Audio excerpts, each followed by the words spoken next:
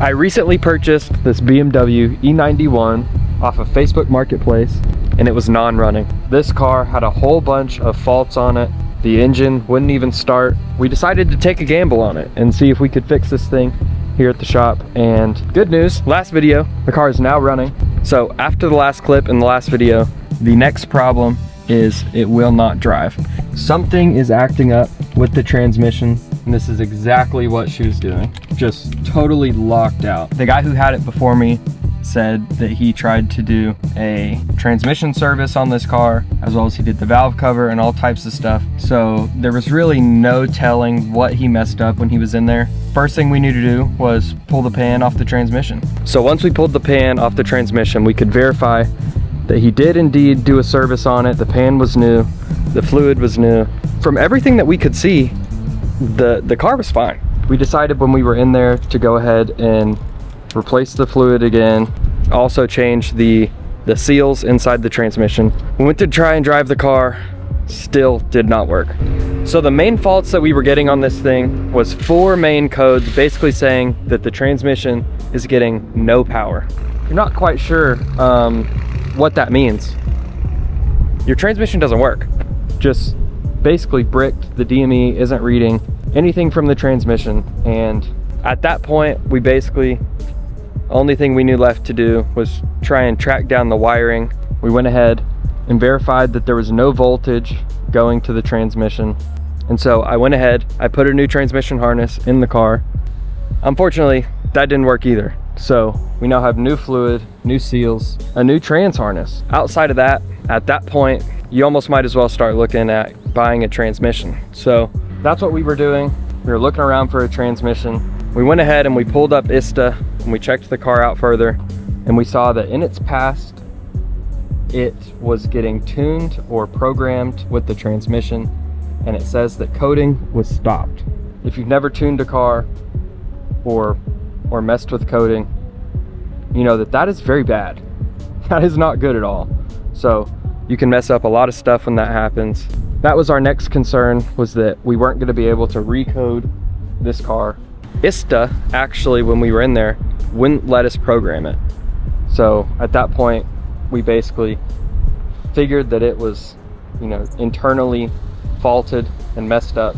But somehow we got the Autel out, and the Autel was actually able to let us reprogram this car. We programmed a bunch of stuff, and the transmission came back online. Okay, it just said complete. Somehow, the whole transmission problem with this wagon was that the transmission was not coded. Not only coded to the car, but coded in general. It was just like blank.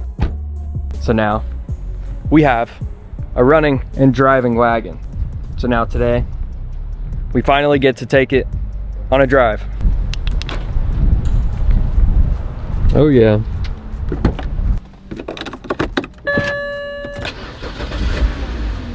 Fired right up. Oh, we got a check engine light, so we'll have to address that. Don't know what that's about, but it is alive. We got the CarPlay in here. This thing is actually clean. After we coated the transmission right into gear, this thing even has a backup camera. That crazy.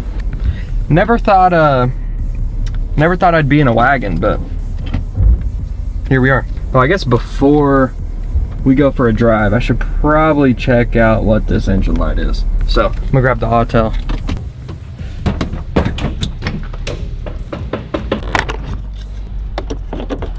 Here we go, Autel's connected. We got 4 DME codes, a JBE code. Okay, see a lot of green. That's good. FRM. Okay. Let's see what we got here. Alternator missing. Interesting. O2 and DMTL. I think we can work with that. Brake lamp. Oh, well, that's good to know. We've got a brake light out. We'll try and figure out what this means. The wagon has some codes. What do you think they mean? That it's junk. Alternator. So there's a DMTL module. super common. Probably has a crack in it. Didn't you already do these? So I did those on the X3. Okay, that's what I'm thinking of. Have you looked at live data? Mm-mm. Check live data. Yeah, you probably got one that's bad, but I would say check live data. So looks like you have an alternator that's not putting out, or it's got a faulty just signal in the voltage regulator. I thought you fixed this already. Yeah, that one still there. And when we coded everything, we coded the JVE too. So I figured that would take care of it, but When the car's running, what's the voltage putting out? 14. Flat? 14.1. Should be within spec, but maybe it's not. Oh, it's too far now. Too far away, yeah. But that's all it's got. Terminal 30G. You sure all the fuses are good?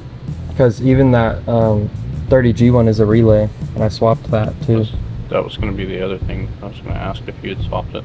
Yeah, so it caught it at 13.8, so it makes me wonder if the alternator is not regulating properly, and then it's throwing this fault with it, in conjunction with it. Because when I was in it the other day, the head unit turned off and on. Okay, then your voltage spiking. 100%. So try regulating. I don't know. There's a bunch of people that swear by regulators. Personally, I've never had any luck. Every time I do one, we have to turn right back around and do a full alternator. So I would say save yourself a headache. Swap it. And just swap the alternator. Be done with it. Okay. Don't get one from O'Reilly's. Good to know. So you think the other codes could just be voltage related? Let me see what else we got. Go back to it.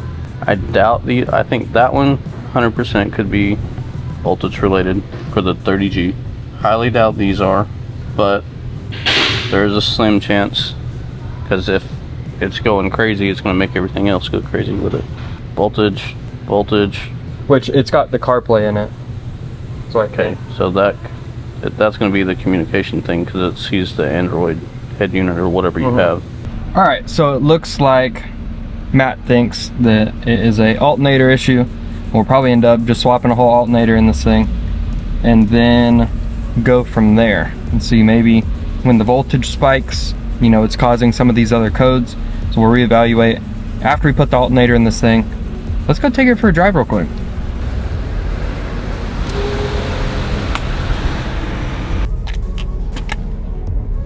I cannot believe this thing is running. I also know that you guys couldn't really tell from the video how long this car's been sitting. This car's been sitting for a while. Definitely months. There's also no telling how long this car sat before I bought it. Okay. We definitely need to get some tint on this thing, number one. But hey, so far so good. Engine light is not flashing, so that's a bonus. Feels good. Suspension feels okay. That's what I was also worried about, was the suspension on this thing being just shot, but it's actually not bad. Alignment is okay-ish. We bought a cheap E91 here in the US and we're back on the road. This is just proof. There are deals out there. Still cannot believe this thing is driving. We freaking fixed the wagon. All in all, I think this is a win. First drive is over. That's it for the E91 for now. I guess we have an alternator to buy. She's back on the streets. So yeah, if you guys want to see more BMW content from us here at the shop, Edmond, Oklahoma, we're here at Speed House, servicing Oklahoma's BMWs. Make sure you guys subscribe, and we'll see you in the next one.